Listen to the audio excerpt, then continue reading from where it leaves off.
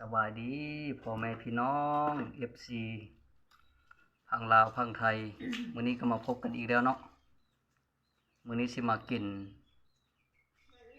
ตำบักหุ่งเนาะกินข้าวเที่ยงนำกันเด้อตำบักหุ่งกับต้มไก่เนาะต้มไก่บ้านเนาะไก่ลาดไก่ธรรมชาติบ้านเฮาเนาะมีตำบักหุ่งเนาะกับแกมเนาะมีผักบงหอมป้อมแล้วก็ใบขิงอ่อนเนาะมากินนำกันพี่น้องมาเด้อผู้ใดบ่ทันได้กินข้าวก็มากินนำกันเด้อกินข้าวเที่ยงเนาะกับข้าวเหนียวเนาะข้าวเหนียวตำบักหุ่งต้มไก่เนาะแซ่บๆมาพี่น้องกินนำกัน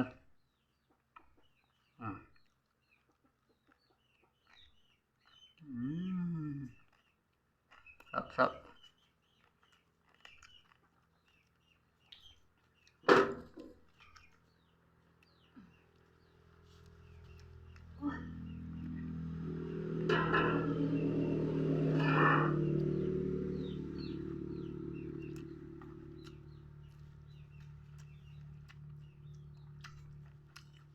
มาไผบ่ทันได้กินข้าวเที่ยงมากินนำกันเด้อตำบักหุ่งเนาะต้มไก่นี่แซ่บๆมากินนำกันกับข้าวเหนียวเนาะ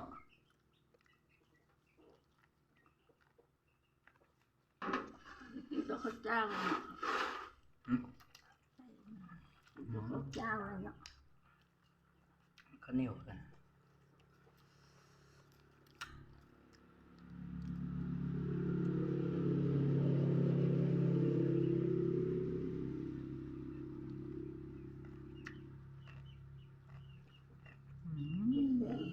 ครับกับหอมป้อม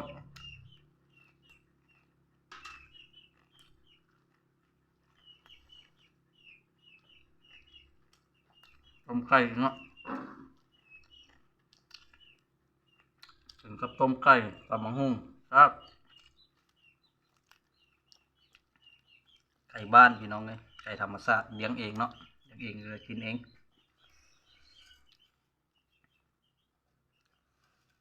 ตำบักหุ่งใส่มะเขือขึ้นเนาะอยู่ตรงเบิ่งเด้อแซ่บเด้อสุดนี้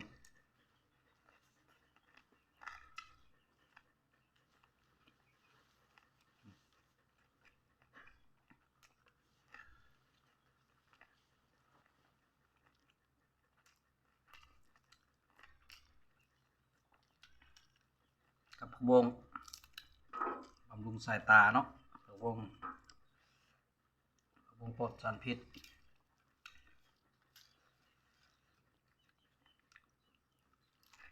เนี่ยดับมันมันต้มจิ้มเจ้าเนาะ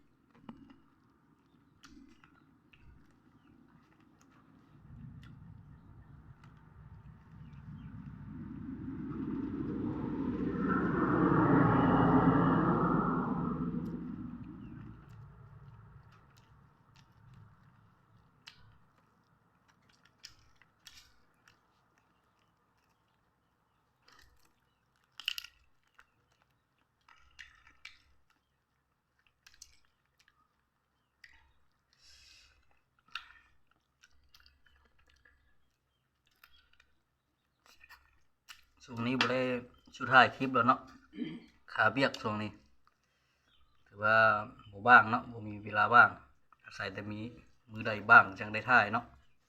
ให้พ่อแม่พี่น้องเบิ่งจังไดก็ช่วยติ ติดตามเด้อกดไลค์กดแชร์เนาะ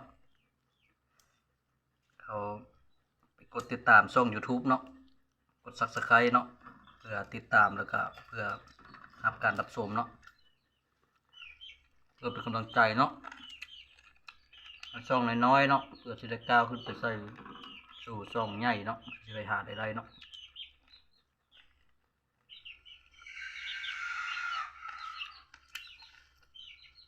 จังไดก็พักเนื้อพักตัวเลยเด้อช่อง YouTube เนาะ วิถีชีวิตบ้านนาเนาะ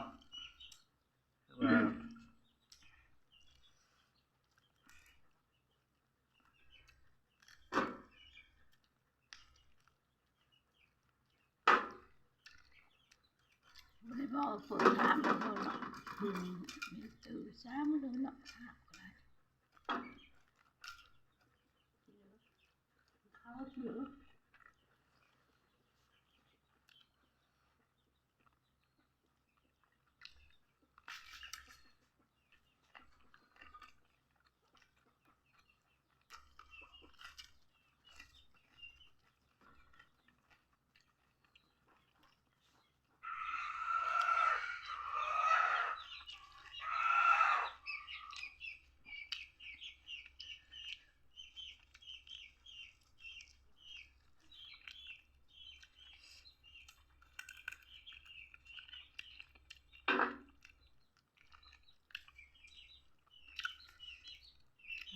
แซ่บแซ่บแซ่บส้มตำตอนเที่ยงเนาะกับต้มไข่แล้วก็บรรยากาศ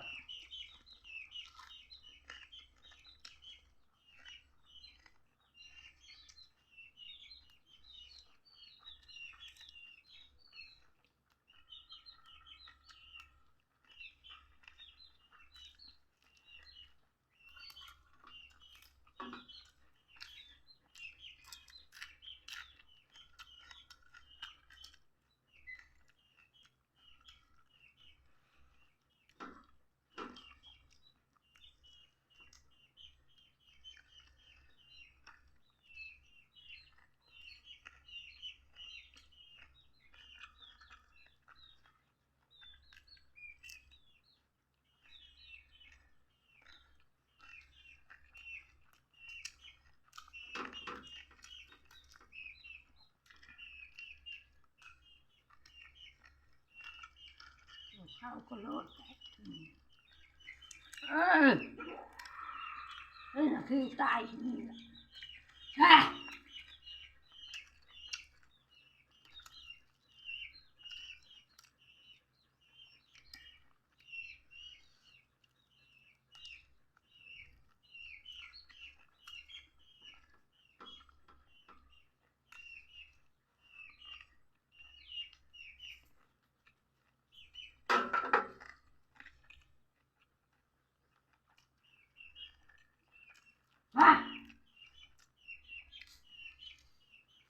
มาอยู่บ้านเนอะ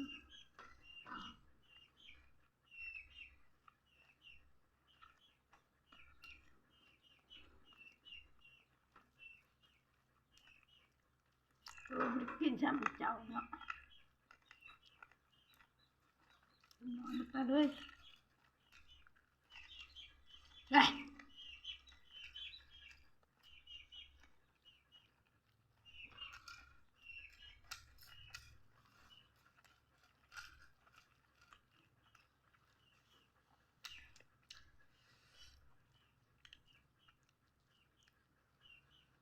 กินเลยน้ำกินเนาะ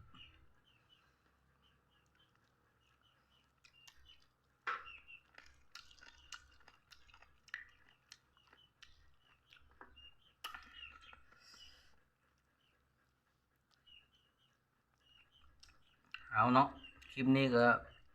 มีแบบนี้เนาะบ่มีอย่างไรเนาะกินข้าวนำกันเนาะกินข้าวเที่ยงนำกัน